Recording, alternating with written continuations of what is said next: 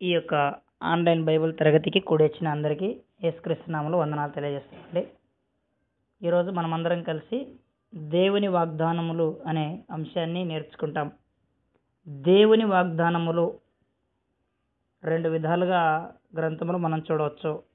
ఒకటి షరతులతో కూడిన వాగ్దానములు, రెండు షరతులు లేని వాగ్దానములు. షరతులతో కూడిన వాగ్దానాలు, షరతులు లేని వాగ్దానాల గురించి గ్రంథం మాట్లాడింది. దాన్ని మనం చదువుతాం.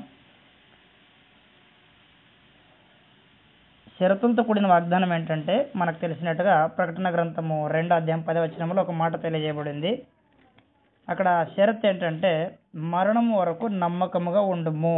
అది షరత్ అండి. వాగ్దానం ఏంటి? నేను నీకు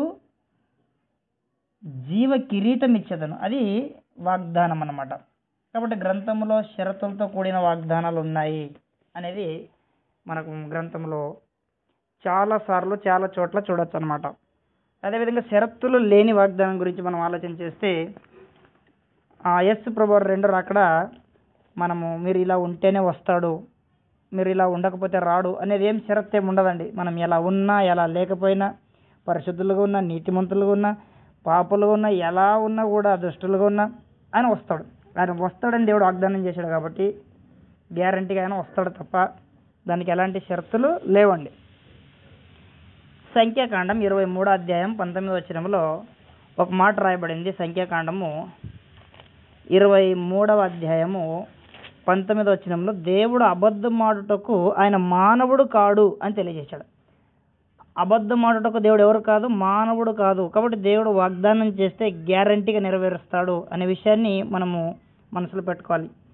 హెబ్రీలకు 6వ అధ్యాయము 17-18 వచనాలు, హెబ్రీ పత్రిక 10:23లో కూడా కొన్ని మాటలు మనం చూడవచ్చు. 10:23 ముందుగా మనం చదువుదాం. 10వ అధ్యాయం హెబ్రీలకు 23లో ఆయన ఏం తెలియజేశాడంటే, వాగ్దానం చేసిన వాడు నమ్మదగిన వాడు అనే మాట వాడాడు. అంటే వాగ్దానం చేసిన దేవుడు ఎలాంటి వాడు? నమ్మదగిన వాడు అనమాట. గ్యారంటీగా దేవుడిని మనం నమ్మాల్సిందే. ఏమాత్రం కూడా సందేహించడానికి వీలు లేకుండా దేవుడిని మనం నమ్మాలి. ఎందుకంటే ఆయన నమ్మదగిన వాడు.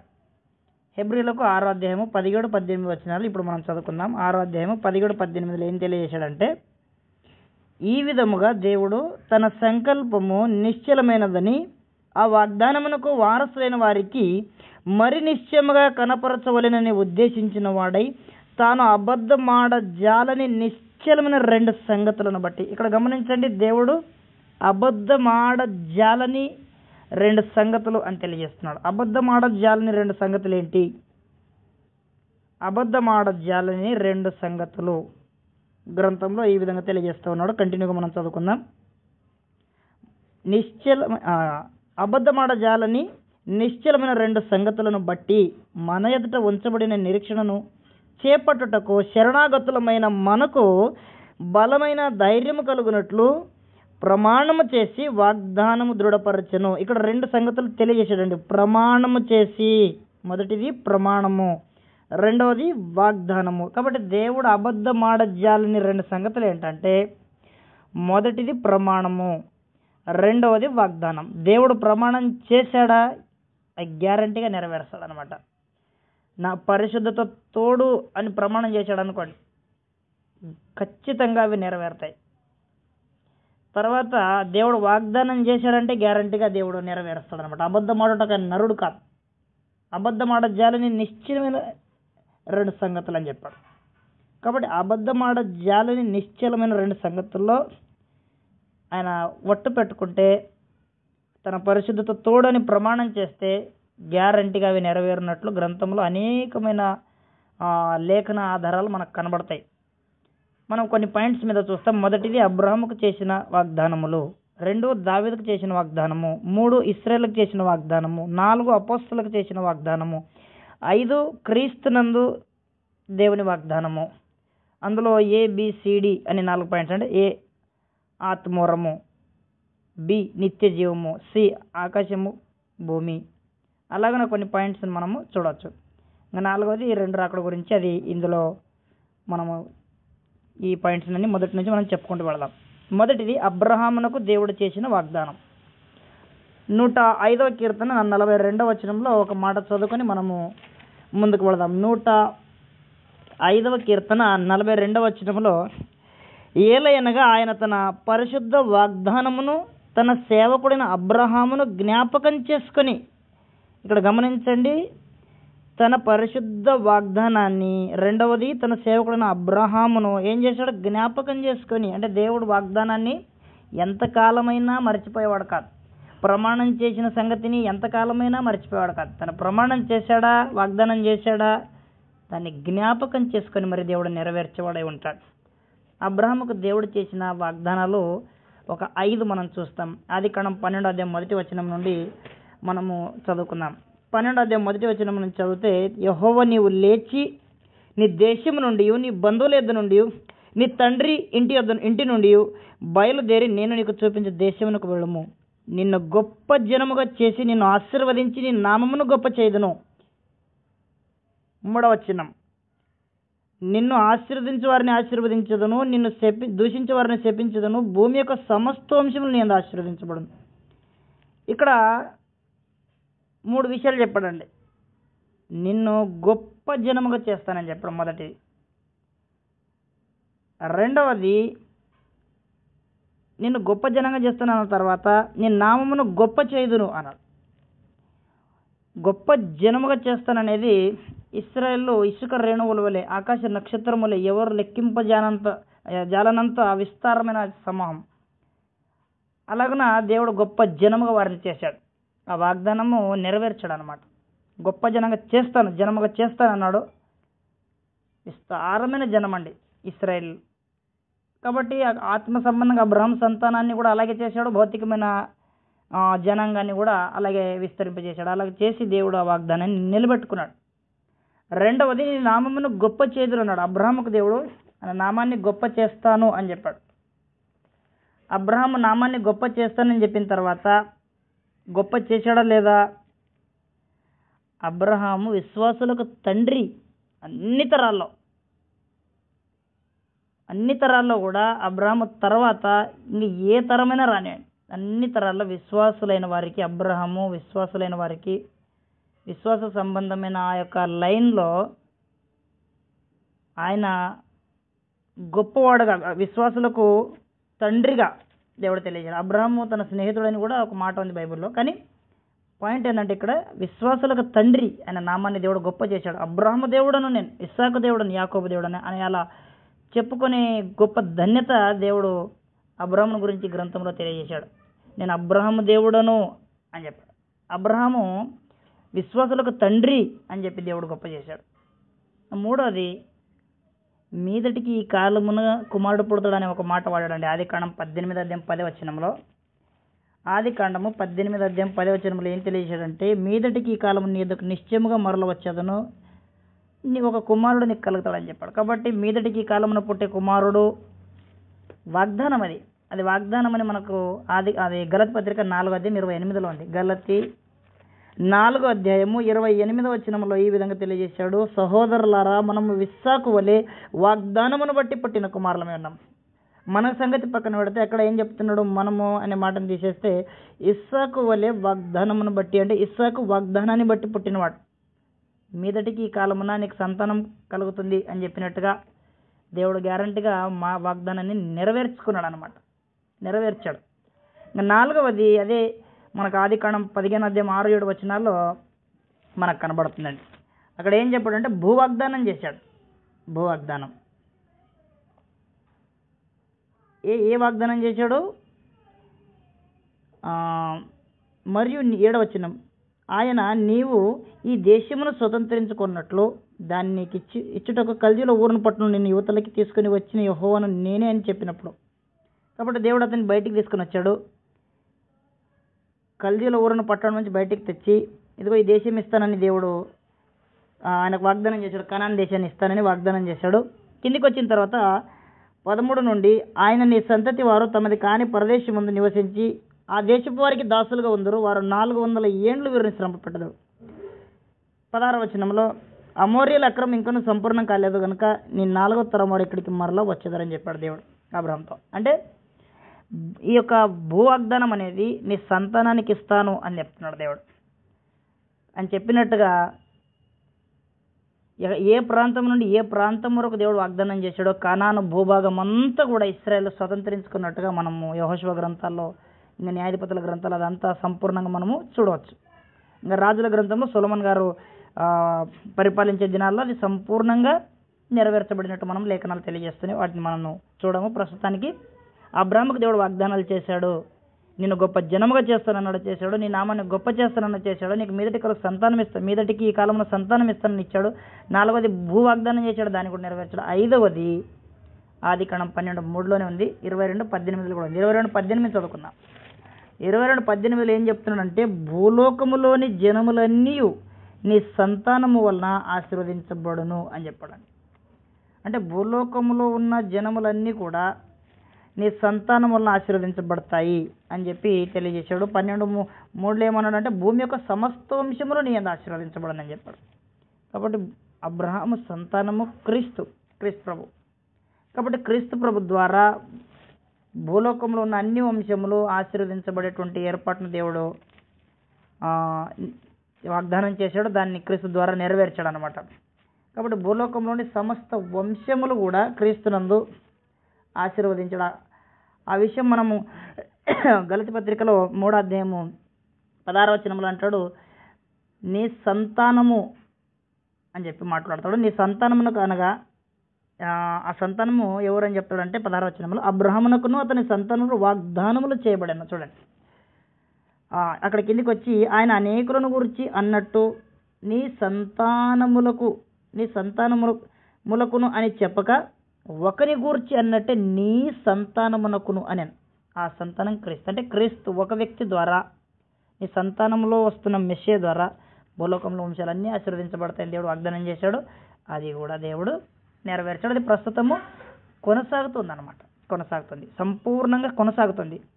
భూలోకంలో ఉన్న అన్ని వంశం వారు క్రీస్తు దగ్గరకు వచ్చి నీతిమంతులుగా తీర్చబడి ఆశీర్వాదానికి వారసులే ఏర్పాటును దేవుడు చేసి పెట్టాడు అనమాట. కాబట్టి ఇది అబ్రహాముకు చేసిన వాగ్దానములు.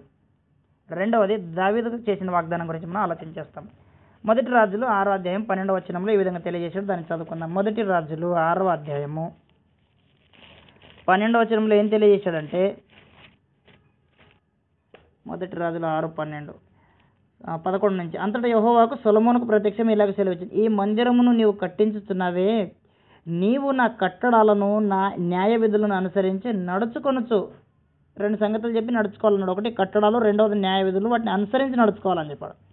తర్వాత కిందికి వచ్చి నేను నియమించిన ఆజ్ఞలన్నిటినీ గైకొని ఎడల 2 సంగతులు నడుచుకోవాలి, ఒక సంగతి విషయంలో గైకొనాలన్నాడు. కట్టడాలు న్యాయ విధులేమో గైకొనాలి, అనుసరించి నడుచుకోవాలి. నేను నియమించిన ఆజ్ఞలన్నిటినీ గైకొనాలి అని చెప్పి చెప్తూ కిందికి వచ్చి, నీ తండ్రిని దావీదుతో నేను చేసిన వాగ్దానమును నీ పక్షముగా స్థిరపరుస్తాను అని చెప్పాడు. అది ఏంటి అనే విషయాన్ని మనం ముందుకు వెళ్ళి 2వ సమూయేలు 7వ అధ్యాయము 12వ వచనం నుంచి మనం దాన్ని స్పష్టంగా చూడవచ్చు. నీ దినములు సంపూర్ణములగునప్పుడు నీవు నీ పితరులతో కూడా నిద్రించిన తర్వాత నీ గర్భములో నుండి వచ్చిన నీ సంతతిని హెచ్చించి రాజ్యమును అతనికి స్థిరపరచదను. అతడు నా నామ ఘనత కొరకు ఒక మందిరమును కట్టించును, అతని రాజ్య సింహాసనమును నేను నిత్యముగా స్థిరపరచదను. ఇక్కడ గమనించండి, దావీదుతో దేవుడు చేస్తున్న వాగ్దానం ఏంటంటే సింహాసనము నిత్యం ఉంటుంది అని చెప్పాడు. తర్వాత నేను అతనికి తండ్రినే ఉండును, అతడు నాకు కుమారుడై ఉండును. అతడు పాపం చేసినడలా నరుల దండంతోనూ మనుషులకు తగులు దెబ్బలతోనూ అతన్ని శిక్షించును. కానీ నిన్ను స్థాపించుటకై నేను కొట్టివేసిన సౌలునకు నా కృపను దూరమైనట్లు అతనికి నా కృపను దూరం చేయను. నీ మట్టుకు నీ సంతానము నీ రాజ్యము నిత్యము స్థిరమగును, నీ సింహాసనము నిత్యము స్థిరపరచబడును అని. ఇక్కడ గమనించండి, ఈ విషయాలు దావీదుతో దేవుడు తెలియజేస్తూ సింహాసనము శాశ్వతంగా ఉంటుంది, సంతానము శాశ్వతంగా ఉంటుంది. అలాగూ శాశ్వతమైన సింహాసనం మీద శాశ్వతమైన సంతానం కూర్చోండి ఏలుతుంటే నేను అతనికి తండ్రిగా ఉంటాను, అతడు నాకు కుమారుడుగా ఉంటాడు అని ఇక్కడ తెలియజేశాడు. ఇందాక మనం ఆల్రెడీ చదువుకొని వచ్చిన ఆ లేఖన భాగంలో ఏమన్నాడు, అక్కడేమన్నాడు అంటే అతడు నా కట్టడాలు న్యాయ విధులు అనుసరించి నడుచుకోవాలి, నా ఆజ్ఞలన్నీ గైకొనాలి. అది షరత్ అన్నమాట. కట్టడాలు న్యాయ విధులు అనుసరించకపోయినా ఆయన ఆజ్ఞలు గైకొనకపోయినా ఎక్కడ తేడా కొట్టినా ఆయన తండ్రిగా కుమారుడు ఉండే ఏర్పాటు ఉండదన్నమాట. వాగ్దానం రద్దయిపోతుంది. ఎవరైతే కట్టడలు అనుసరించి న్యాయ విధులను అనుసరించి నడుచుకుంటారో, ఆజ్ఞలు గైకొంటారో వారు ఆ సింహాసనం మీద కూర్చోండి నా కుమారుడు అని పిలువబడే లేక పిలుపు పొందే అర్హత కలిగిన వాడే ఉంటాడు. అయితే అది భూమి మీద ఉన్న ఏ రాజు కూడా సాధ్యం కాలేదండి. కాబట్టి అది మనకు తెలిసినట్టుగా అది యేసు ప్రభు వారిలో సంపూర్ణంగా నెరవేరిందని మనం చూడవచ్చు. హెబ్రీయులకు 1వ అధ్యాయంలో ఈ విధంగా తెలియజేశాడు. 5వ వచనం, నీవు నా కుమారుడవు, నేడు నిన్ను కని ఉన్నాననియు, ఇదిగాక నేను ఆయనకు తండ్రిని ఉందును, ఆయన నాకు కుమారుడే ఉండునని ఆ దూతలలో ఎవనితోనైనా ఎప్పుడైనా చెప్పానా. ఇక్కడ చూడండి, నీవు నా కుమారుడవు, నేడు నేను కన్నానని యేసుప్రభుతో చెప్పాడు, కానీ దేవదూతలతో ఎవరితో చెప్పలేదు అని అన్నాడు. అయితే కొంతమంది దేవదూతలు కూడా దేవుని కుమారులని మన యోబు గ్రంథంలో 1వ అధ్యాయంలో ఆ వచనాన్ని ఫుట్నోట్లో ఉన్న మాట తీసుకొని దేవదూతలు కూడా దేవునికి కుమారులే, దేవదూతలు కూడా దేవునికి పిల్లలే అని ఆ 6వ వచనంలో ఉన్న ఆ పదానికి ఫుట్నోట్లో ఇచ్చిన దాన్ని తీసుకొని దేవదూతలు దేవుని కుమారులు అంటున్నారు. అది పరిశుద్ధాత్మ ప్రేరణ వలన రాయబడిందా? కాదు, అది ఫుట్నోట్లో ఉన్నది, లేఖనాలను మారుస్తుంది. కాబట్టి దయచేసి మీరు హెబ్రీ పత్రిక 1వ అధ్యాయము ఇందాక మనం చదివిన 5వ వచనాన్ని మళ్ళీ కింద చదివితే 5వ వచనం చివరిలో ఏమంటున్నాడు? నీవు నా కుమారుడవు, నేడు నిన్ను కని ఉన్నానని చెప్పి అన్న తర్వాత, నేను అతనికి తండ్రిని ఉందని అతడు నాకు కుమారుడే ఉండనని దేవదూతల్లో ఎవరితోనైనా ఎప్పుడైనా చెప్పాడా? ఎవరితో చెప్పలేదు, ఎప్పుడూ చెప్పలేదని చెప్పాడు. కాబట్టి దేవదూతల కుమారులు అని చెప్పడం అనేది గ్రంథము యొక్క సందేశం కాదు. ఇక్కడ గమనిస్తే అబ్రహాము సంతానం ఉన్న భూలోకంలో సమస్త వంశాలు అది ఆశీర్వదించబడతాయని ఆయనకు వాగ్దానం చేశాడు. తిరిగి దావీదు దగ్గరికి వచ్చి, నీ సంతానములు శాశ్వతంగా నిలబెడతాను, శాశ్వతమైన సింహాసనం ఇస్తాను, నేను తండ్రిగా ఉంటాను, అతడు నాకు కుమారుడుగా ఉంటాడని వాగ్దానం చేశాడు. ఒక దేవుడు వాగ్దానం చేసిన విషయము మనం గమనిస్తే, శాశ్వతమైన సంతతిని ఇస్తా దావీదు నీకు, శాశ్వతమైన సింహాసనం మీద కూర్చుండబెడతాను, ఆ కండిషన్ ప్రకారంగా, అంటే షరత్ ఉంది, ఆ షరత్ ప్రకారంగా అతడు ఏలితే నేను అతనికి తండ్రిగా ఉంటాను, అతడు నాకు కుమారుడుగా ఉంటాడని చెప్పాడు. 89వ కీర్తన 26లో మనము చదివితే సందేశము క్లియర్గా ఉంటుంది. కీర్తనలో 89వ అధ్యాయము 29 నుండి, శాశ్వత కాలం వరకు అతని సంతానమును, ఆకాశం ఉన్నంత వరకు అతని సింహాసనము నేను నిలిపెదను. ఇందాక మనం సమూయేలు గ్రంథంలో చదివాం కదా, అక్కడ నీ సంతానము నీ రాజ్యము నిత్యము స్థిరమగును అని చెప్పి 16వ వచనంలో అన్నాడు. 2 సమూయేలు 7:16లో ఏమన్నాడు? నీ సంతానము నీ రాజ్యము నిత్యము స్థిరపరుస్తానని అక్కడ 2 విషయాలు చెప్పాడు. దాన్ని ఎత్తి మాట్లాడుతూ ఇక్కడ ఏమంటాడంటే, శాశ్వత కాలం అతని సంతానమును, ఆకాశం ఉన్నంత వరకు అతని సింహాసనాన్ని నేను నిలిపేదను. మళ్ళీ రిపీట్ చేశాడు. సింహాసనము శాశ్వతంగా ఉంటుంది, సంతానము శాశ్వతంగా ఉంటుంది అని చెప్పాడు. తర్వాత 30వ వచనం, అతని కుమారులు నా ధర్మశాస్త్రం విడిచి నా న్యాయ విధులు ఆచరించని ఎడల, వారు నా కట్టడలను అపవిత్రపరిచి నా ఆజ్ఞలు గై కొనని ఎడల, మళ్ళీ అవి కండిషన్స్ మళ్ళీ గుర్తు చేస్తున్నాడు, నేను వారి తిరుగుబాటునకు దండముతోనూ వారి దోషమునకు దెబ్బలతోనూ వారిని శిక్షించదను. అక్కడ చెప్పిన మాటలు రిపీట్ చేస్తూ, కానీ నా కృపను అతనికి బొత్తిగా ఎడమ చేయను, అబద్ధికుడనే నా విశ్వాసతను విడువను. 34, నా నిబంధనను నేను రద్దుపరచను, నా పెదవుల గుండా బయలువెళ్ళిన మాటను మార్చను, అతని సంతానము శాశ్వతంగా ఉండను. ఇది మొదటి పాయింట్. 2వది, అతని సింహాసనము సూర్యుడు ఉన్నంతకాలము నా సన్నిధిని ఉండను. 2 విషయాలు చెప్పేశాడు. అబద్ధమాడజాలని 2 సంగతులు అనమాట. ఏది? వాగ్దానం చేశాడు అబద్ధమాడు, ఒట్టు పెట్టుకున్నాడా అబద్ధమాడు, దేవుడు గ్యారంటీగా నెరవేరుస్తాడు. 36, చంద్రుడు ఉన్నంతకాలము అది అంటే సింహాసనము నిలుచుననియు, మింట నుండి సాక్షి నమ్మకముగా ఉన్నట్టు అది స్థిరపరచబడుననియు.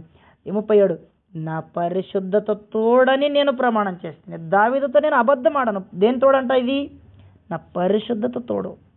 తన పరిశుద్ధత తోడు అంటే తన పరిశుద్ధత పైన ఒట్టు పెట్టుకొని దేవుడు వాగ్దానం చేశాడు, దావీదు సింహాసనం మీద కూర్చుండే వ్యక్తికి నేను తండ్రిగా ఉంటాను, అతడు నాకు కుమారుడిగా ఉంటాడు. కాబట్టి తండ్రి కుమారుల బంధం ఎప్పటి నుండో నిత్యత్వం నుండో ఉండేది కాదది.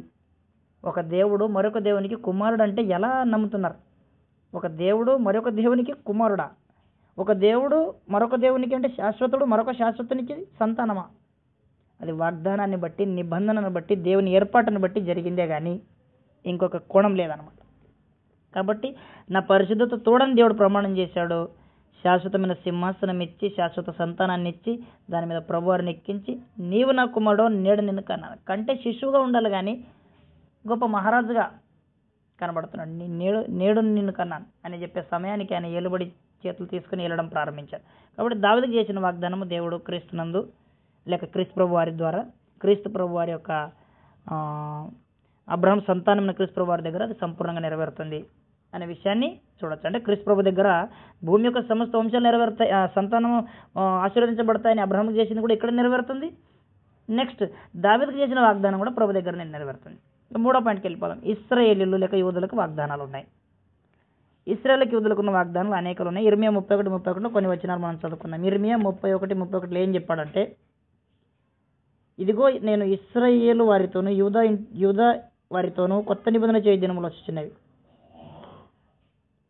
అని చెప్పాడు. తర్వాత 33లో ఈ దినములైన తర్వాత నేను ఇశ్రాయేల్ వారితోనూ యూదా వారితోనూ చేయబో నిబంధన ఇది, వారి మనసులో నా ధర్మవిధులు ఉంచదను, వారి హృదయముల మీద వాటిని వ్రాసదను అని చెప్పాడు. 34 నేను వారికి దేవుడినై ఉందును, వారు నాకు జనులగుదురు. చూడండి, ఇది ముందుగానే దేవుడు వారితో క్రొత్త నిబంధన చేస్తాను అని చెప్పి దేవుడు వాగ్దానం చేయడం జరిగింది. క్రొత్త నిబంధన చేస్తానని చెప్పాడు. రోమపత్రిక 9:4లో ఇంకా కొన్ని వాగ్దానాలు ఉన్నట్టుగా వాళ్ళకి ఇశ్రాయేలుకి చాలా వాగ్దానాలు ఉన్నాయి. ఇశ్రాయేలుకి సొంతం అవి, వేరే వాళ్ళు ఎవరికి కూడా భూమి మీద ఇంకెవరికి సొంతం కావు వాగ్దానాలు. కేవలము ఇశ్రాయేల్ బ్రతికిన దినాల్లో చేయబడిన వాగ్దానాలు వారికి ఉన్నాయని చెప్పి చెప్తాడు 4లో. వీరు ఇశ్రాయేలీయులు దత్తపుత్రత్వమును మహిమయు నిబంధనలను ధర్మశాస్త్ర ప్రధానమును అర్పణాచారాదులను వాగ్దానములను వీరివి. ఇక్కడ పాయింట్ గమనించండి, వాగ్దానములను వీరివి అని చెప్పాడు. మొదటిది ఏమన్నాడు? దత్తపుత్రత్వం వారి సొంతం, మహిమ నిబంధన వారి సొంతం, ధర్మశాస్త్రం కూడా వారి సొంతమే, ప్రధానత్వము లేక ప్రధాన యాజకత్వం వారి సొంతం ఇశ్రాయేలులోని, ఈ అర్పించే అర్పణలు ఆచారాలు కూడా వారి సొంతం. తర్వాత ఏమన్నాడు? వాగ్దానాలు వారి సొంతం, అవి వారివే అన్నాడు అనమాట. పితరులు వీరివారు, శరీరముడు క్రీస్తు వీరిలో పుట్టిన. వాగ్దానాలు వీరివి అంటే ఇశ్రాయేలుకు వాగ్దానాలు ఉన్నాయి అనేది మనం మూడో పాయింట్ అన్నమాట. అన్ని జనులకు వాగ్దానాలు ప్రత్యేకించి దేవుడు చేసినవి మనము ఇందులో చూడం. కానీ ఎఫెసీ 2:12 మాత్రం ఒక మాట రాయబడింది. ఎఫెసీ 2:12 ఏమంటాడంటే, ఆ కాలం ముందు ఇశ్రాయేలుతో పౌరులు కాక పరదేశులను వాగ్దాన నిబంధనలు లేని పరజనులు. కాబట్టి వాగ్దానాలు లేని వారు ఎవరు అంటే అన్ని జనులు. అన్ని జనులకు ఎలాంటి వాగ్దానం కూడా లేవు అని చెప్పాడు. ఎప్పుడు? ఆ కాలమందు అని చెప్పాడు. అంటే ఇశ్రాయేలీయులు సజీవంగా భూమి మీద నిలిచున్న కాలంలో వాళ్ళకి అనేకమైన వాగ్దానాలు చేశాడు, కానీ అన్యులకి ఒక్క వాగ్దానం కూడా దేవుడు చేయలేదని చెప్తున్నాడు. ఆ కాలమందు అని ప్రత్యేకించి మాట్లాడాడు. అందుకే అంటే వారికి నిరీక్షణ లేదు. అన్ని జనులకు ఉందా? ఆ దినాల్లో ఆ కాలంలో నిరీక్షణ లేదు. ఈ కాలంలో అన్ని జనులైన మాకు నిరీక్షణ ఉంది, కానీ వాళ్ళకి నిరీక్షణ లేదు, వాళ్ళకి నిబంధన లేదు, వారికి దేవుడు లేడు. దేవుడు లేడంటే వాళ్ళకి సృష్టికర్త అని దేవుడు లేడని కాదు, వాళ్ళకి సృష్టికర్త అని దేవుడు ఉన్నాడు, నిబంధన దేవుడు లేడనమాట. తర్వాత ఎఫెసీ పత్రిక 6:3 ఒక మాట తెలియజేశాడు. వారికి వాగ్దానం ఉంది, షరతులతో కూడిన ఒక వాగ్దానం అందులో ఉంది. చూద్దాం. అప్పుడు నీవు భూమి మీద దీర్ఘాయుష్మంతుడు అనమాట. 3లో అంటాడు. 2లో నీకు మేలు కలుగునట్లు నీ తండ్రిని తల్లిని సన్మానించినప్పుడు నువ్వు భూమి మీద దీర్ఘాయుష్మంతుడు అవ్వదు. ఇది వాగ్దానంతో కూడిన ఆజ్ఞలో మొదటిది. అంటే వాగ్దానంతో కూడిన ఆజ్ఞలో మొదటిది. వాగ్దానం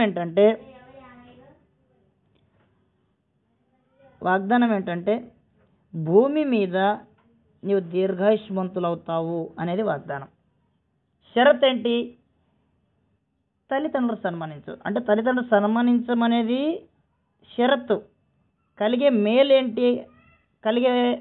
ఏంటంటే భూమి మీద దీర్ఘాయుష్మంతుడు అవుతావు, నీకు మేలు జరుగుతుంది, అది షరత్ అనమాట. అలాగే దేవుడు చేసిన వాగ్దానములో ఇది షరతులతో కూడిన వాగ్దానంతో పాటు ఆజ్ఞ కూడా అని చెప్పాడు. ఆజ్ఞలో మొదటిది వాగ్దానం కూడా, వాగ్దానంతో కూడిన ఆజ్ఞలో మొదటిది అని చెప్పాడు, ప్లస్ షరతులు ఉన్నాయి దాంట్లో. కాబట్టి సోదరులారా, ఇక్కడ మనము కేవలం ఇశ్రాయేలు గురించి మాత్రం ఆలోచన చేస్తున్నాం. ఎఫెసీ పత్రిక 3:6 ఏం చెప్పాడంటే, అన్ని జనులు సువార్త వలన క్రీస్తు యేసునందు యూదులతో పాటు సమాన వారసులు, ఒక్క శరీరమందలి సాటి అవయవులు, వాగ్దానములో పాలివారునై ఉన్నారు అని చెప్పాడు. అంటే ఇశ్రాయేలుకు ఉన్న వాగ్దానాల్లో అన్యజనులు బాప్తిజం పొందడం ద్వారా ఆ వాగ్దానాలకు వీళ్ళు పాలిభాగస్తులు అవుతున్నారు అన్నమాట. అంటే పాలిభాగస్తులు అవుతున్నాం. వారికి చేసిన వాగ్దానాలు ఏవైతే ఉన్నాయో అవన్నీ కూడా వాటిలో మనం పాలు పొందుతున్నామని ఇక్కడ మనం చూడవచ్చు. తిరిగి మనము 4వ పాయింట్గా అపోస్తలులకు మాత్రమే వాగ్దానాలు, అంటే అపోస్తలకు సంబంధించిన వాగ్దానం ఒకటి చూద్దాం. అపోస్తల కార్యములో 2వ అధ్యాయము 16-17 వచనాన్ని మనం గమనించినప్పుడు అక్కడ ఈ విషయం తెలియజేస్తున్నాడు. అపోస్తల కార్యములు 2వ అధ్యాయం 16లో యోవేలు ప్రవక్త ద్వారా చెప్పబడిన సంగతి ఇదే, ఏమనగా అంత్యదినముల యందు నేను మనుషులందరి మీద నా ఆత్మను కుమ్మరించదను, మీ కుమారులు మీ కుమార్తెలు ప్రవచించెదరు, మీ యవనస్తులకు దర్శనము కలుగును, మీ వృద్ధులు కలలు కందురు. ఆ దినములో నా దాసుల మీదను నా దాసులందరి మీదను నా ఆత్మను కుమ్మరించదను కనుక వారు ప్రవచించెదరు అని చెప్పాడు. ఇది అపోస్తలులకు సంబంధించిన వాగ్దానము. అందుకే 16లో అంటాడు యోవేలు ప్రవక్త ద్వారా చెప్పిన సంగతి ఇదే అన్నాడు అనమాట. యోవేలు ప్రవక్త ద్వారా చెప్పిన సంగతి ఏంటో మనకు అది మలాకి 2:28లో ఉంటుంది. దాన్ని మనము చదవము, అక్కడ ఉంది. దాన్ని యేసుప్రభు వారు మాట్లాడుతూ లూకాసు వార్తలో దాన్ని ఎత్తి మాట్లాడుతూ 24వ అధ్యాయంలో 49లో ఏమన్నారంటే, ఇదిగో నా తండ్రి వాగ్దానం చేసినది మీ మీదకి పంపుతున్నాను. అంటే యోవేలులో చెప్పింది తండ్రి వాగ్దానం, యేసుప్రభు వారు మీ మీదకి పంపిస్తానన్నాడు. ఏంటంటే మీరు పైనుండి శక్తి పొందుతారు, పట్టణంలో ఉండండి. అంటే పరిశుద్ధాత్మకు సంబంధించిన వాగ్దానం, అంటే పరిశుద్ధాత్ముడిని అపోస్తలు పొందుకునేటువంటి ఏర్పాటు అనమాట. అపోస్తల కార్యములో 1వ అధ్యాయము 4వ వచనంలో ఈ విధంగా తెలియజేశాడు. ఆయన వారిని కలుసుకొని ఇలాగ ఆజ్ఞాపించెను, మీరు యెరూషలేము నుండి వెళ్ళక నా వలన వినిన తండ్రి యొక్క వాగ్దానం కొరకు కనిపెట్టుడి. అంటే యెరూషలేము నుండి వెళ్ళక తండ్రి యొక్క వాగ్దానం కొరకు కనిపెట్టమని అపోస్తలకు తెలియజేస్తున్నాడు. తండ్రి యొక్క వాగ్దానం ఏంటి? 5వ వచనం, యోహాను నీళ్లతో బాప్తిసం ఇచ్చెను గాని కొద్ది దినముల్లోగా మీరు పరిశుద్ధాత్మలో బాప్తిసం పొందుతారు అని చెప్పాడు. అది వాగ్దానం. ఇది అపోస్తలకు సొంతం. ఈ అపోస్తలు ఎవరైతే ఉన్నారో వీరు పరిశుద్ధాత్మ బాప్తిసం అనేది వీరికి వాగ్దానం ఉంది. అయితే కొంతమంది ఏమంటున్నారంటే ఈ అపోస్తల కార్యం 2వ అధ్యాయం 17వ వచనంలో మనుషులందరి మీద ఆత్మ అన్నాడు కాబట్టి మనందరికి కూడా వర్తిస్తుంది. అది మీ కుమారులు దర్శనం అన్నాడు, ప్రవచనం అన్నాడు, కాబట్టి మేము ప్రవచిస్తున్నాము, భాషలు మాట్లాడుతున్నాము, మాకు దర్శనాలు వస్తున్నాయి, దేవుడు మాకు కనిపిస్తున్నాడు, మాకు మాట్లాడుతున్నాడని రకరకాలుగా బోధిస్తున్నారు. అప్పుడు మన వాళ్ళు బ్రదరు అపోస్తల కార్యం 2వ అధ్యాయం నుంచి ఇటు ఉన్నదంతా కొత్త నిబంధన, ఇటు ఉన్నది కొత్త నిబంధన కాదు అని చెప్పి మన వాళ్ళు చెప్తే, మేము కూడా అపోస్తల కార్యం 2వ అధ్యాయం ఇవతలదే చెప్తున్నామండి, అవతలది కాదు. 2వ అధ్యాయం 17 చూడండి, మీ కుమారులు మీ కుమార్తెలు ప్రవచిస్తారు అన్నాడు కదా, కాబట్టి మేము ప్రవచిస్తున్నాము. మీ యవనస్తులకు దర్శనాలు అన్నాడు కదా, మాకు కూడా దర్శనాలు అవుతున్నాయి. మీ వృద్ధులు కళలు అన్నాడు కదా, కళలు మాకు అంటున్నాం, కళలు వస్తున్నాయి. దేవుడు మాకు చాలా విధాలుగా మా జీవితంలో నెరవేరుస్తున్నాడని మొదలుపెట్టారు. ఇప్పుడు దీని అర్థం అదేనా? ఇది అర్థం కావాలంటే మనకు ఒక పాత నిబంధనలు ఇంకొక లేఖనాన్ని మనము ఎగ్జాంపుల్గా చూసుకుందాం. యెషయా గ్రంథం 9వ అధ్యాయం 6వ వచనంలో ఈ విధంగా తెలియజేశాడు. ఎందుకంటే ఇక్కడ వాళ్ళు 16లో యోవేలు ప్రవక్త ద్వారా చెప్పబడిన సంగతి ఇదే అని చెప్పి ప్రత్యేకించి అపోస్తలులు 2:16లో అన్నాడు. ఇదే అంటే ఇదిగో ఇక్కడ ఉంది చూడండి అని చెప్పాడు. అంటే ఇది యోవేలు చెప్పిందే అని చెప్పాడు. అంటే ఇదే అన్నప్పుడు ఇక్కడ ప్రారంభం, ఇక్కడ ముగించబడలేదు. ఇది కొంత కొనసాగింది. ఇది ఎలా కొనసాగిందంటే మీ కుమారులు మీ కుమార్తెలు మీ యవ్వనులు మీ వృద్ధులు అనేదాకా సాగింది అనమాట. అది అపోస్తలులతోనే ఆగలేదు. మీ కుమారులు మీ కుమార్తెలు మీ యవనస్తులు మీ వృద్ధులు, అంటే 1వ శతాబ్దం వరకు అది ఎలా సాగిందో జస్ట్ జనరల్గా ఒక ఎగ్జాంపుల్ మీకు చెప్తాను. యెషయా గ్రంథం 9వ అధ్యాయం 6వ వచనంలో ఏలైనగా మనకు శిశువు పుట్టెను, ఇదిగో పుట్టెను అని అన్నాడు కాబట్టి పరలోకంలో పుట్టేసాడనే బోధలు కూడా వచ్చినాయి. పుట్టెను అంటే జరిగిపోయింది, పాస్ట్ టెన్స్లో ఉంది కాబట్టి జరిగిపోయింది అని చెప్తున్నారు. ఇది నిజంగా జరిగిపోయిందా? అప్పట్లో జరిగిందా యెషయా చెప్పే సమయానికి అంటే జరగలేదు. అది అర్థం కావడానికి మళ్ళీ ఇక్కడ ఇంకొక వచనం చూడాల్సి వస్తుంది. యూదా పత్రిక 1వ అధ్యాయం 14-15లో ఆదాము మొదలుకొని 7వ వాడైన హానోకు ప్రవచించాడంట. ఏమని ప్రవచించాడో చూడండి, ఇదిగో అందరికీ తీర్పు తీర్చుటకు వారిలో భక్తిహీనులందరూ భక్తిహీనంగా చేసిన వారి భక్తిహీన క్రియలన్నిటిని గూర్చియు భక్తిహీనులైన పాపులు తనకు విరోధంగా చెప్పిన కఠినమైన మాటలన్నిటిని గూర్చియు వారిని ఒప్పించుటకు ప్రభు తన వేవేల పరిశుద్ధుల పరివారంతో వచ్చెను. ఇదిగోండి ప్రభు వచ్చెను అని రాశాడు. అంటే 2 రాకడ అనమాట. యేసుప్రభు 2 రాకడ హానోకు కాలానికి ఏమైందంట వచ్చెను, అంటే హానోకు కాలానికి యేసుప్రభు 2 రాకడ వచ్చేసింది. అంటే వాళ్ళు చెప్పిన సిద్ధాంతం ప్రకారంగా అట్లా మనం తీసుకుంటామా? ఇది ప్రవచనం. ప్రవచనాలు ఎప్పుడు కూడా జరిగినట్టే ఉంటాయి. ప్రభు వేవేల పరిశుద్ధుల పరివారంతో వచ్చెను అని చెప్పి హానోకు చెప్పాడు, ఇప్పటిదాకా రాలేదు. యూదా పత్రికలోని 15వ వచనం ఇంకా నెరవేరలేదు. ప్రభు రాకడలో అది నెరవేరుతుంది అనమాట. అలాగే యెషయా 9:6 ఏంటంటే ఏలైనగా మనకు శిశువు పుట్టెను అంటే ఇక్కడ వచ్చాను, ఇక్కడ పుట్టాను. వచ్చాను అంటే రాలేదు, పుట్టాను అంటే పుట్టలేదు. అప్పటికి పుట్టెను అంటే రమారమి క్రీస్తు శకము క్షమించండి, క్రీస్తు పూర్వము 740 అప్పట్లో ప్రవచిస్తున్నాడు. 740 లేక 700 మధ్యకాలంలో యెషయా గారు ప్రవచిస్తున్నారు శిశువు పుట్టెను అని. కానీ 700 సంవత్సరాల తర్వాత నెరవేరింది అది. ఆ మొదటి లైన్ బెత్లెహేములో అని మనం మనసులో పెట్టుకోవాలి. ఏ లైన్గా మనకు శిశువు పుట్టెను బెత్లెహేములో, అక్కడ నెరవేరుతుంది అది. రెండవ లైన్ మనకు కుమారుడు అనుగ్రహింపబడిన. ఇది ఎందుకు చెప్తుందంటే ఈ యోవేలు అపొస్తల కార్యంలో ఏదైతే 17వ వచనం మీ కుమారులు, మీ కుమార్తెలు, మీ యవ్వనులు, మీ వృద్ధులు, దాన్ని వివరించడం కోసం జస్ట్ దీన్ని ఒక ఎగ్జాంపుల్గా చూస్తున్నాము. దీన్ని చూసి మళ్ళీ ఎక్కడికి వెళ్తాం. శిశువు పుట్టెను అంటే బెత్లెహేములో పుట్టాడు అని దాని అర్థం. రెండవది మనకు కుమారుడు అనుగ్రహించబడిన. కుమారుడు అనుగ్రహించబడిన అంటే ఎక్కడ?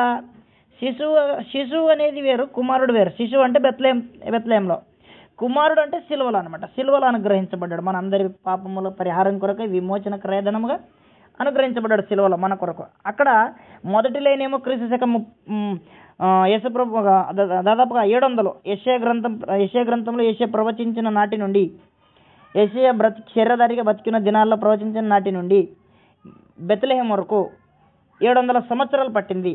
రెండో లైన్ నెరవేరడానికి, మనకు కుమారుడని గ్రహించబడిన ఆ పదం రావడానికి మొదటి లైన్కి రెండో లైన్కి 33 సంవత్సరాలు 6 నెలల కాల వ్యవధి ఉందన్నమాట. అంటే యేసుప్రభు శిలువ మరణంతో అది నెరవేరుతుంది. శిశువు అనేది జన్మతో నెరవేరుతుంది. కుమారుడు అనుగ్రహించబడటం అనేది శిలువ మరణంతో నెరవేరుతుంది. ఇక మూడో లైన్ ఆయన భుజం మీద రాజ్యభారం ఉండను. ఈ లైను 53 రోజులు ఇంకా ఎక్స్ట్రా. మళ్ళీ మొదటి లైన్కి రెండో లైన్కి మూడో లైన్కి తేడా ఉందన్నమాట. మూడో లైను ఆయన భుజం మీద రాజ్యభారం. భుజం మీద రాజ్యభారం ఎప్పుడు వచ్చింది? ఇదిగో ఆయన పట్టాభిషేకము చేయబడి రాజ్యభారం మోసుకున్నప్పుడు యుగములు ఏలును అనే ఆ పరిస్థితి. నేడు నిన్ను కన్నాను అన్నప్పుడు ఆయనకు అధికారం దేవుడిచ్చి ఏలుబడి అప్పగించినప్పుడు ఆయనకు అప్పుడు ఆ అధికారం అనేది ఆయనకు వచ్చిందండి. అది క్రీస్తు శకం 33లో పెంతెకొస్తు పండుగ దినాన్న యేసుప్రభు సమాధి చేయబడి తిరిగి లేచిన 50 రోజులకి ఇది నెరవేరుతుంది అనమాట. అంటే చనిపోయి సమాధిలో 3 రోజులు ఉన్నాడు, 40 రోజులు భూమి తిరిగాడు, పరలోకానికి వెళ్ళి 10 రోజులకి పరిశుద్ధాత్మ పంపించాడు. పెంతెకొస్తు పండుగ దినాన్న భుజం మీద రాజభారం వచ్చింది. ఇంక కిందున్నది ఆశ్చర్యకరుడు, ఆలోచనకర్త, ఇదంతా ఆయన ఏలుబడి అనమాట.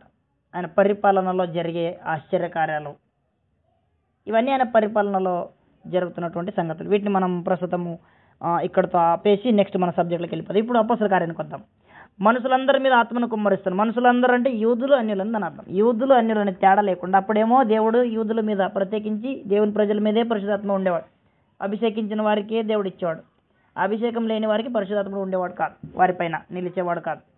ఎప్పుడైతే దేవుడు క్రొత్త నిబంధన ప్రారంభించబోతున్నాడో, క్రొత్త నిబంధన చట్టాన్ని ప్రవేశించబోతున్నాడో, భూమి మీద ప్రవేశపెట్టబోతున్నాడో, అప్పుడు దేవుడు ఏం చెప్పాడంటే ఇక మీద యూదుడని అన్యుడని భేదం ఉండదు, స్త్రీ అని పురుషుడని లింగ భేదం ఉండదు, జాతి భేదం ఉండదు. ఇక్కడ మీ కుమారులు మీ కుమార్తెలు ప్రవచిస్తారు అనే ఈ మాట కుమారులు కుమార్తెలు, కుమారుల గురించి మనము అపొస్తల కార్యము 11వ అధ్యాయంలో ఇది ఎక్కడ నెరవేరిందంటే 26వ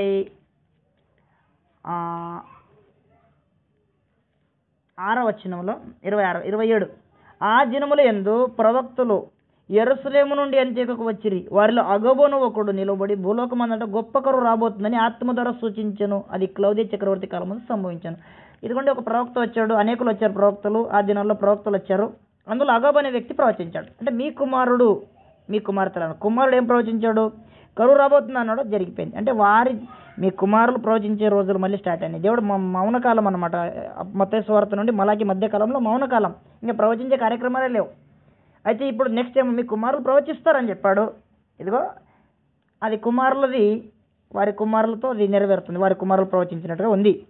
రెండోది కుమార్తెలు ప్రవచిస్తారు. కుమార్తెలు అనేది ఇక్కడ చూడండి అపొస్తల కార్యం 20వ అధ్యాయము, ఆ 21వ అధ్యాయము మనకు 8వ వచనం.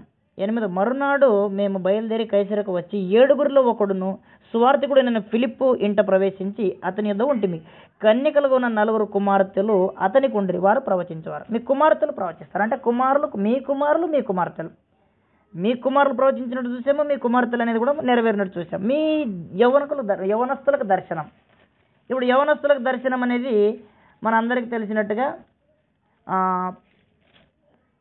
అపోస్తల కార్యం 9వ అధ్యాయంలో మనకి క్షమించండి, అపోస్తల కార్యంలో మన 10వ అధ్యాయంలో 19వ వచనం. ఇప్పుడు ఆ 19వ వచనంలో పేతురు దర్శనము గూర్చి అనే మాట చూడొచ్చు. అంటే దర్శనం చూశాడు పేతురు గారు.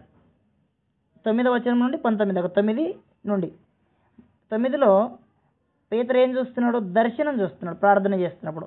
ఇప్పుడు యవనస్తుడు కాదా? యవనస్తుడు. మీ కుమారులు ప్రవచించారు, మీ కుమార్తెలు ప్రవచించారు, మీ యవనులు దర్శనం. పౌలు కూడా యవనుడే, పేతురు యవనుడే. ఈ యవనస్తులందరికీ కూడా దర్శనాలు వస్తాయని చెప్పాడు. మీ వృద్ధులు కలలు కంటారు. ప్రకటన గ్రంథ రాసే సమయానికి యోహాను వృద్ధుడు. కాబట్టి ఇలాగ నా గ్రంథము మీ కుమారులు, మీ కుమార్తెలు, మీ వృద్ధులు, మీ యవనస్తులు అనేసరికి అక్కడితో అది ఆగిపోయింది, మన దాకా రాలేదు. అందుకే ఏమన్నాడంటే యోవేలు ప్రవక్త ద్వారా చెప్పబడిన సంగతి ఇదే. మీరు ఊహిస్తున్నట్టు వీళ్ళు మత్తులు కాదు, ఆత్మను కుమ్మరిస్తానన్నాడు, ఇదిగో వీరి మీద కుమ్మరించడం అపొస్తలుల మీద. ఇక నుంచి జరగబోయే సంగతులు ఇదిగో ఇవి ఇవి ఇవి ఇవి నెరవేర్చబోతాయి. నా దాసుల మీద, దాసురాండ్ర మీద నా ఆత్మను కుమ్మరిస్తానని చెప్పాడు.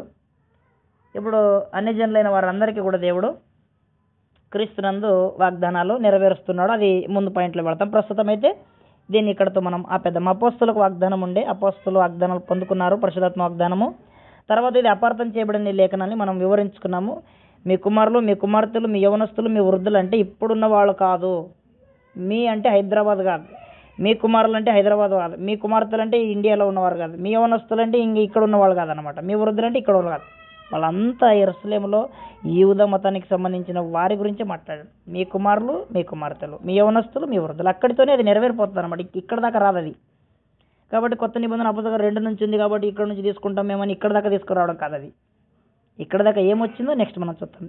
క్రీస్తునందు దేవుని వాగ్దానములు అనే 5వ పాయింట్ చదువుకుందాం. 5వ పాయింట్లో ఆత్మవరము అనేది ఆత్మవరం గురించి ఆలోచన చేస్తాము. అపోస్తల కార్యములు 2వ అధ్యాయము 38వ వచనంలో ఏమన్నాడంటే పేతురు, మీరు మారుమనసు పొంది పాప క్షమాపణ నిమిత్తము ప్రతివాడు యేసు నామమున బాప్తిజం పొందుడు, అప్పుడు మీరు పరిశుద్ధాత్మను వరం పొందరు. మనకు వాగ్దానం చేయబడింది ఏంటంటే వరం. ఇది వాగ్దానం అని ఎక్కడుంది? అక్కడ చూడండి కింద. ఈ వాగ్దానం ఇది 39వ వచనం. ఈ వాగ్దానం పరిశుద్ధాత్మని వాగ్దానం మీకును మీ పిల్లలకును దూరస్తులందరికీ. ఇందాక మనం చూసాం మీ కుమారులు, మీ కుమార్తెలు, మీ యవనస్తులు, మీ వృద్ధులు, అదేమో లిమిట్ ఉంది. ఇక్కడికి వచ్చేసరికి లిమిట్ లేదంట. ఇక్కడ మీ పిల్లలకు, మీ ఇక్కడ ఏమన్నాడు? ఈ వాగ్దానము మీకును మీ పిల్లలకును. ఇంకా ఆగిపోలేదు అక్కడితో. ఇంకేమన్నాడు? దూరస్తులందరికీ అన్నాడు అనమాట. ఇది వెళ్తుంది ముందుకి, అది రాదు. ఇది ఎక్కడ దాకా వెళ్తుంది అంటే ప్రభువైన మన దేవుడు తన యొద్దకు పిలిచిన వారందరికీ చెందుతుందే తప్ప అలాంటిది కాదు ఇది. కాబట్టి ఇది వరము, క్రీస్తునందున్న వరము, ఆత్మవరం అన్నమాట, పరిశుధాత్మవరం. గలతి పత్రిక 3వ అధ్యాయము 13వ వచనాన్ని మనం చదువుకుందాం. గలతి పత్రిక 3వ అధ్యాయము 13వ వచనంలో ఆత్మవరము అనే మాట, ఆత్మను గురించిన వాగ్దానము విశ్వాసం వల్ల మనకు లభించినట్లు. కాబట్టి ఈ వాగ్దానము షరతులతో కూడిందనమాట. ఏంటి ఆ షరతు? మీరు మారుమనసు పొందాలి, పాప క్షమాపణ కొరకు బాప్తిసం పొందాలి, యేసుదేవుని కుమారుని విశ్వసించాలి. అలాగనే మీ విశ్వాసానికి సంబంధించింది. ఇలా విశ్వాసము ద్వారానే లభించే వాగ్దానం అనమాట ఇది. 13లో అదే అన్నాడు కదా, ఆత్మను గురించిన వాగ్దానము ఎలా లభిస్తుందంటే మనకి విశ్వాసం వల్ల మనకు లభిస్తుంది. ఎఫెసీ పత్రిక 1వ అధ్యాయం 13వ వచనంలో ఏం చెప్పాడంటే, ఎఫెసీ 1:13లో కూడా వాగ్దానం చేయబడిన ఆత్మచేత ముద్రించబడితిరి అన్నాడు. 13 చివరిలో మీరును సత్యవాక్యమును అనగా మీ రక్షణ సువార్తను విని క్రీస్తునందు విశ్వాసముంచి వాగ్దానం చేయబడిన ఆత్మచేత ముద్రించబడితిరి. విశ్వాసము చేత, విశ్వసించడం ద్వారా, అంటే షరతుకు లోబడటం ద్వారా, కండిషన్స్ అన్ని మనం ఒప్పుకున్న తర్వాత ఇదిగో మీ విశ్వాసాన్ని బట్టి ఈ ఆత్మ మీ హృదయంలో ముద్రగా ఉంటాడు. అంటే ఆత్మ వరము అనే వాగ్దానము క్రీస్తునందు ఉంది. ఇది ఏ. ఇంకా బి. రెండవది నిత్య జీవం గురించి. నిత్య జీవం గురించి యోహాను పత్రిక, 1 యోహాను పత్రిక 2వ అధ్యాయము 5వ వచనం చూడండి. 1 యోహాను పత్రిక 2వ అధ్యాయం, ఇది వాగ్దానం అనమాట. 2:25. 1 యోహాను 2వ అధ్యాయము 25లో ఏమంటాడంటే, నిత్య జీవం అనుగ్రహించనున్నది ఆయన తానే మనకు చేసిన వాగ్దానము. నిత్య జీవం అనుగ్రహిస్తాను అని చెప్పి దేవుడు ఏం చేశాడు? మనకి వాగ్దానం చేశాడు. వాగ్దానం చేసిన దేవుడు అబద్ధం ఆడేవాడు కాదు, నరుడు కాదు. అబద్ధమాడజాలని 2 సంగతులు అన్నాడు. వాగ్దానం చేశాడా, ఖచ్చితంగా నెరవేరుస్తాడు. ప్రమాణం చేశాడా, గ్యారంటీగా నెరవేరుస్తాడు అనమాట. కాబట్టి దేవుడు వాగ్దానం చేస్తే ఎట్టి పరిస్థితుల్లో కూడా దాన్ని నిలబెట్టుకుంటాడు అనమాట. దేవుడు వాగ్దానం చేసిన దేవుడు నమ్మదగిన వాడు అనే మాట గ్రంథం తెలియజేస్తుంది. కాబట్టి దేవుని యొక్క వాగ్దానాలను సందేహించొద్దు. ఆయన ప్రమాణం చేశాడో సందేహించొద్దు అనమాట. ఈ నిత్య జీవం ఇస్తానని చెప్పి ఆయన తానే మనకు వాగ్దానం చేశాడు. ఇది క్రీస్తునందున్న వారికి వాగ్దానము మనకు చేశాడని ఇక్కడ తెలియజేశాడు అనమాట. కాబట్టి క్రొత్త నిబంధన జనాంగంలో క్రైస్తవులుగా ఉన్నవారు, క్రీస్తునందు ఉన్నవారు, వీరికి నిత్య జీవం వాగ్దానం ఉంది. 2 పేతురు 1:4 చదువుదాం. 2 పేతురు రాసిన 2వ పత్రిక 1:4 ఆ మహిమ గుణాతిశయములను బట్టి ఆయన మనకు అమూల్యములను అత్యధికములనైన వాగ్దానములు అనుగ్రహించి ఉన్నాడు. చూడండి, అమూల్యమైన అత్యధికమైన వాగ్దానాలు అంట మనకి. ఈ వాగ్దానాలు ఎందుకు ఇచ్చాడంటే దురాశను అనుసరించడం వల్ల లోకమందున భ్రష్టత్వం, అంటే దురాశను అనుసరిస్తే వచ్చే రిజల్ట్ భ్రష్టత్వం వస్తుంది. అయితే భ్రష్టత్వము తప్పించుకోవాలంటే వాగ్దానాలు కావాలన్నాడు. ఈ వాగ్దానం మూలముగా మీరు తప్పించుకొని దైవ స్వభావమునందు పాలివారగునట్లు వాటిని అనుగ్రహించాను. కాబట్టి వాగ్దానం ఇచ్చిన దేవుడు, ఈ వాగ్దానాలు అమూల్యమైన వాగ్దానాలు, ఈ వాగ్దానాలు అత్యధికమైన వాగ్దానాలు. ఇప్పుడు ఈ వాగ్దానాలు ఇంత అమూల్యమైనవి ఎందుకన్నాడంటే ఇవి మిమ్మల్ని భ్రష్టత్వం నుంచి తప్పిస్తాయి. వీటిపైన దృష్టి పెట్టి మీరు కనుక కొనసాగితే, దేవుని వాగ్దానపైన దృష్టి కేంద్రీకరించి జీవిస్తే మనము ఏం చేయబడతాము? లోకమందున భ్రష్టత్వం తప్పించుకుంటాము. అదేవిధంగా ఈ వాగ్దానం మూలంగా మనం తప్పించుకోవటమే కాకుండా దేవ స్వభావం పాలేవారు అవ్వాలని వాగ్దానాలు ఇచ్చాడంట. అది ముఖ్యంగా దేవుడు చెప్తున్నాడు. దైవ స్వభావం పాలు పొందాలని వాగ్దానాలు దేవుడు చేశాడు. కాబట్టి దేవుని వాగ్దానములు ఖచ్చితంగా క్రీస్తునందు దేవుడు మనకి నిత్యజీవం ఇస్తానని వాగ్దానం చేశాడు. అది నెరవేరుతుంది ఖచ్చితంగా. మనం నమ్మినా నమ్మకపోయినా ఆయన ఎవరైతే విశ్వసిస్తారో వారు మాత్రం ఖచ్చితంగా దాన్ని పొందుకుంటారు అని దేవుడు స్టేట్మెంట్ ఇచ్చాడు. ఆ గుంపులో మనం ఉండాలి. ఎవరో కొందరు ప్రవేశిస్తారు అని చెప్పాడు, ఆ గుంపులో మనం ఉండాలి. వారు పొందుతారు అంటే మనం దాంట్లో లేమనా? వారు అని మాట్లాడుతుంది వాగ్దానం పొందేటువంటి వారు క్రీస్తునందు ఉన్నవారు అనమాట. క్రీస్తునందు మనం ఉంటే అది మనకు కూడా వర్తిస్తుంది. క్రీస్తునందున్న మనకి వాగ్దానం ఉంది. ఆత్మ వరం పొందుకున్నామా, అది వాగ్దానం. నిత్యజీవం పొందుకోబోతున్నామా, అది వాగ్దానం అనమాట. ఇంకా 3వది క్రొత్త ఆకాశము క్రొత్త భూమి అనే వాగ్దానం.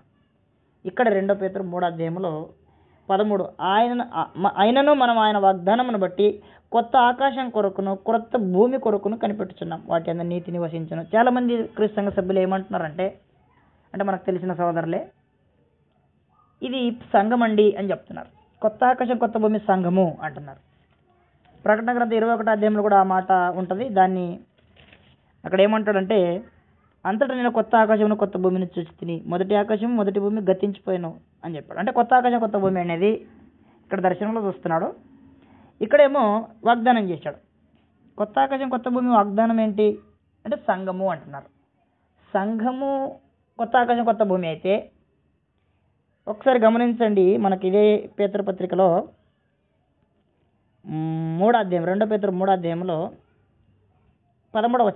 అయినను మనం ఆయన వాగ్దానమును బట్టి, మనం అంటే ఎవరంటే సంఘము ఏం చేస్తుంది? కొత్త ఆకాశం కొరకు కొత్త భూమి కనిపెడుతుంది. ఆల్రెడీ సంఘంలో ఉండి సంఘం కోసం కనిపెడతామా? చిన్నపాటి అవగాహన ఆలోచన అది. దాన్ని మనం ఆలోచన చేద్దాము. సంఘం కోసం కనిపెట్టడం కాదు. ఇది సంఘము ఒక కొత్త వాతావరణాన్ని, నిత్యజీవం వేరు, కొత్త ఆకాశం కొత్త భూమి వేరు, అంటే చిన్నపాటి వ్యత్యాసం ఉంటుంది. కొత్త ఆకాశం కొత్త భూమి అనేది ఇంతకుముందు ఎన్నడూ మనం పొందని ఒక ప్రదేశం, లేక ఎన్నడూ ఎవరు అనుభవించని ఒక కొత్త ప్రదేశానికి మనం వెళ్ళిపోబోతున్నాం. ఒక కొత్త నూతన ప్రదేశము, కొత్త ఆకాశం కొత్త భూమి అనేది పరలోకం అన్నమాట. పరలోకము దేవుడు మనకు వాగ్దానం చేశాడు. అది కొత్త ఆకాశం కొత్త భూమి అంటే నూతన పరిస్థితి, కొత్త పరిస్థితులు మనం చూడబోతాం. ఇంతకుముందు ఎన్నడూ చూడని ఒక పరిస్థితులు, కొత్త నూతనమైన పరిస్థితుల్ని కొత్త ఆకాశం కొత్త భూమి అన్నాడు తప్ప ఇలాంటి మట్టి భూమి మరి ఇలాంటి ప్రకృతి సంబంధమైన ఆకాశం ఇస్తాడు, ప్రకృతి భూమి ఇస్తాడు అని అర్థం కాదు. ఇది క్రైస్తవులుగా సంఘములో ఉన్నటువంటి వారికి, క్రీస్తునందున్న వారికి చేయబడిన వాగ్దానం. ఇంకా చివరిగా ఆయన రాకడను గురించిన వాగ్దానము, అది చదువుకొని మనం ముగించుకుందాం. చివరిది ఆయన రాకడను గురించిన వాగ్దానం, ప్రభు రాకడను గురించిన వాగ్దానం. 2 పేతురు 3:4 ఆయన రాకడను గురించిన వాగ్దానం ఏమాయనో చూడండి. డైరెక్ట్గా పదమే ఉంది, వాగ్దానము రాకడ గురించి ఉంది. ఇది షరతులతో కూడుకున్న వాగ్దానమా, షరతులు లేని వాగ్దానం అంటే షరతులు లేని వాగ్దానం ఇది. ఆయన రాకడను గురించి వాగ్దానం ఏమాయను, పితరులు నిద్రించినది మొదలుకొని సమస్తమును సృష్టి ఆరంభమును ఉన్నట్టే నిలిచి ఉన్నది అని చెప్పుదురు. ఇక్కడ గమనించండి, కొంతమంది ఏం చెప్తున్నారంట, ప్రభు రాకడ వస్తుందని చెప్తున్నారు. చాలా కాలం నుంచి చెప్తున్నారు, ఇంతవరకు రాలేదు కాబట్టి అది లేదేమో అని వీళ్ళు అనుకుంటున్నారు. అది లేదని అంటే 9వ వచనంలో అంటున్నాడు, కొందరు ఆలస్యముని ఎంచుకున్నట్లు ప్రభు తన వాగ్దానం గురించి ఆలస్యించేవాడు కాడు, కానీ ఎవడును నశింపవలని నిశ్చయింపక అందరూ మారుమనసు పొందాలని కోర్చు మేడల దీర్ఘశాంతం గలవాడై ఉన్నాడు. అయితే ప్రభు దినం దొంగ వచ్చినట్టు వచ్చును అంటే ఖచ్చితంగా ఇక్కడ ఏం చెప్తున్నాడు, ప్రభు తన వాగ్దానం గురించి ఆలస్యం చేయవాడు కాడు అంటున్నాడు. అంటే వాగ్దానం గ్యారంటీగా నెరవేర్చబోతుంది, వాగ్దానము ఉంది, ప్రభు రాకడ గురించి వాగ్దానం ఉంది, అది ఒకరోజు నెరవేరుతుంది అని చెప్తున్నాడు. ఆ రాకడను గురించిన వాగ్దానము ఉంది. తర్వాత మనము హెబ్రీలకు 10:36 చదువుకుందాం. హెబ్రీలకు 10:36 ఈ విధంగా ఉంది, మీరు దేవుని చిత్తమును నెరవేర్చిన వారై వాగ్దానము పొందు నిమిత్తము మీకు ఓరిమి అవసరమే ఉన్నది అని చెప్పాడు. మీకు ఓరిమి అవసరమే ఉంది అంటే వాగ్దానం పొందాలన్నా, వాగ్దానం స్వతంత్రించుకోవాలన్నా మాకు ఓరిమి అవసరమై ఉంది అని చెప్తున్నాడు. వాగ్దానాలు అనేటివి స్వతంత్రించుకునేవారు షరతులతో కూడుకునేవి అనమాట. షరతులు మరొక నమ్మకంగా ఉండు. ప్రకటన 2:10 ఉంది కదా, ప్రకటన 2:10 ఏమన్నాడంటే, చదువుకుందాం ఒకసారి. ఇదిగో మీరు శోధింపబడినట్లు అపవాది మీలో కొందరిని చెరలో వేయింపబోచున్నాడు, 10 దినములు శ్రమ కలుగును, మరొక నమ్మకంగా ఉండము, నేను నీకు జీవకిరీటం ఇచ్చేదాను. చూడండి, శ్రమలు ఎన్ని రోజులు వస్తాయంటే 10 దినములు. దీని మీద అనేక సోదరులు అనేక సార్లు మనము చెప్తుంటే విన్నాం. కానీ ఇక్కడ ఒక విషయాన్ని మనం గమనించాలి, శోధనలు 10 దినములు శ్రమ అని చెప్పాడు. శోధనలు లేక శ్రమలు 10 దినములు శ్రమ కలుగును. నమ్మకం ఎన్ని రోజులు? 10 రోజులే కదా. మరణం వరకు అన్నాడు అంటే మరణం వరకు నమ్మకంగా ఉండు అని అన్నా 10 దినములు అన్నా ఒకటే. 10 దినాలు అనేది నిత్య జీవంతో పోలిస్తే లేక నిత్యత్వంతో పోలిస్తే, నిత్యత్వము దేవుడు అనుభవించే నిత్యత్వముతో పోలిస్తే 10 దినాలు లెక్కలో లేవని ఎన్నదగినవి కావన్నమాట. అందుకే జస్ట్ ఒక సంఖ్య ఇచ్చి 10 దినములు శ్రమ కలుగునంటే ఈ జీవితకాలం మట్టుకు శ్రమలు వస్తాయి. కాబట్టి జీవితకాలం ఉన్నంతకాలము ఈ 10 దినాలు లేక మరణం వరకు నమ్మకంగా ఉండు. 10 దినాలు శ్రమలు వస్తే 10 దినాలే నమ్మకంగా ఉండు అని చెప్పకుండా మరణం వరకు నమ్మకంగా ఉండు అన్నాడు. అంటే 2 ఒకటే అని అన్నారు. మరణం వరకు నమ్మకంగా ఉండు, మరణం వరకు శ్రమలు వస్తూనే ఉంటాయి అని చెప్పాడు. అయితే అలా నమ్మకంగా ఉంటే ఆ షరతును కనుక మనం పాటిస్తే నిత్య జీవం ఇస్తాను వాగ్దానం చేశాడు. అది షరతులతో కూడిన వాగ్దానం, మనకున్న వాగ్దానంలో. చివరిగా ఇంకొక 2 వచనాలు చదువుకుని ముగించుకుందాం. హెబ్రీలకు 4:1-2 మనం చదువుకుందాం. హెబ్రీలకు 4 మొదటి 2 ఆయన యొక్క విశ్రాంతిలో ప్రవేశించదమని వాగ్దానం ఇంకా నిలిచి ఉండగా మీలో ఎవడైనా ఒకవేళ ఆ వాగ్దానము పొందకుండా తప్పిపోనేమో అని భయం కలిగి ఉందము.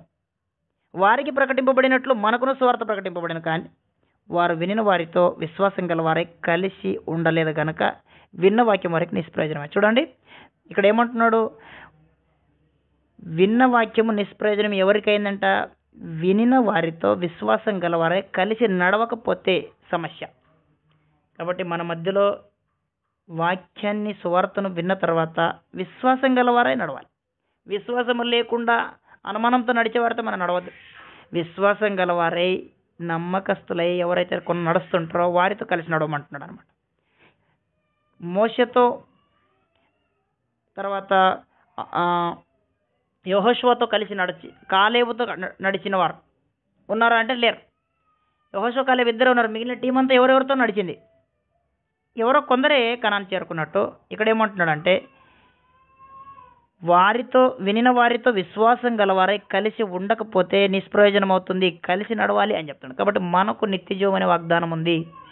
పరిశుధాత్మ వాగ్దానాన్ని పొందుకున్నాం, నిత్యజీవం వాగ్దానం ఉంది, కొత్త ఆకాశ కొత్త భూమి వాగ్దానం ఉంది, ప్రభు రాకడ గురించి వాగ్దానం ఉంది. అందులో ముఖ్యంగా మనం నిత్యజీవం సంతరించుకోవాలంటే విశ్వాసం గలవారితో కలిసి నడవాలి అని చెప్పాడు. చివరిగా 6:11-12 చదువుకొని ముగించుకుందాం. హెబ్రీయులకు 6:11-12 ఏమన్నాడంటే, మీరు మందులు కాక విశ్వాసం చేత ఓర్పు చేత వాగ్దానము స్వతంత్రించుకున్న వారిని పోలి నడుచుకున్నట్ల మీలో ప్రతివాడు మీ నిరీక్షణకు సంపూర్ణమగు నిమిత్తం మీరు ఇదివరకు కనపరిచిన ఆసక్తిని తుదమట్టు కనపరచవలనని అపేక్షించున్నాను. ఇక్కడ గమనించండి, ఓర్పు చేత వాగ్దానములు స్వతంత్రించుకుని వారిని పోలి నడుచుకోండి అంటున్నాడు. అంటే వాగ్దానం స్వతంత్రించుకునేవారు ఓర్పు కలిగి ఓపిక కలిగి అని చెప్తున్నాడు. అంటే ఓపిక కలిగి ఓర్చుకొని ఉండాలి. అలాగున వాగ్దానం స్వతంత్రించుకునేటువంటి వారు ఎలాగ విశ్వాసంతో నడుస్తున్నారో వారితో కలిసి మనం నడవాలి. సంపూర్ణమగు నిమిత్తము అని మాట వాడాడు చూడండి. సంపూర్ణమగు నిమిత్తం. మన నిరీక్షణ సంపూర్ణం ఎప్పుడవుతుంది? అది స్వతంత్రించుకున్నప్పుడే సంపూర్ణం అవుతుంది. కాబట్టి అలాగున దేవుని వాగ్దానాలు ఉన్నాయి, అవి మనకు షరతులతో ఉన్నాయి. వాటిని ఆ యొక్క వాగ్దానాలు మనము విశ్వాసం గల వారితో కలిసి నడిచి దాన్ని స్వతంత్రించుకోవాలని గ్రంథం తెలియజేస్తుంది. సోదరులారా, మనమందరం కూడా మనకొక నిరీక్షణ ఉంది, పునరుత్థానం ఉంది, పునరుత్థానం తర్వాత తీర్పు ఉంది, మనకు నిత్యజీవం ఉంది అనే విశ్వాసం మనందరికీ ఉంది కనుక ఆ యొక్క పునరుత్థానం తర్వాత మనం తీర్పుకు వెళ్ళి తండ్రి అయిన దేవునితో, ప్రభుతో, పరిశుద్ధాత్మనితో యుగయుగాలు నిత్యత్వం అనుభవించే భాగ్యము స్వతంత్రించుకోవాలంటే మనకు ఓర్పు, శ్రమల్లో ఓర్పు, శోధనలో ఓర్పు, మరణం వరకు నమ్మకంగా ఉండే స్థితిని మనము కలిగి ఉండాలని గ్రంథం తెలియజేస్తుంది. కాబట్టి అలాగున మనం అందరము జీవించడానికి ప్రయత్నం చేద్దాం. అవకాశం ఇచ్చిన సహోదరులకి, సంఘానికి, అదేవిధంగా ఆసక్తిగా ఉన్న మీ అందరికీ వందనాలు తెలియజేస్తూ ముగిస్తున్నాను. వందనాలండి.